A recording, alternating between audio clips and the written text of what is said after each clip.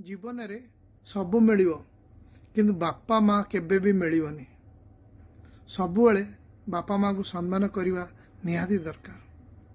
कथार अच्छी जदि जो सबारे बापा थाए से सबारे पुओ के हारे नहीं। आजिकल मु देखुची प्रत्येक बहुत जगार बापा माँ को बहुत हत्यादार कराऊँगी माने वृद्धाश्रम रे जाई रोचंती। दी पुओ तीन पुओ अच्छा किंतु कई पचारू ना एमती करवाटा भल नुहे। ठीक अच्छे तुम पाखे 1000 टଙ୍କା ना 2000 टଙ୍କା ना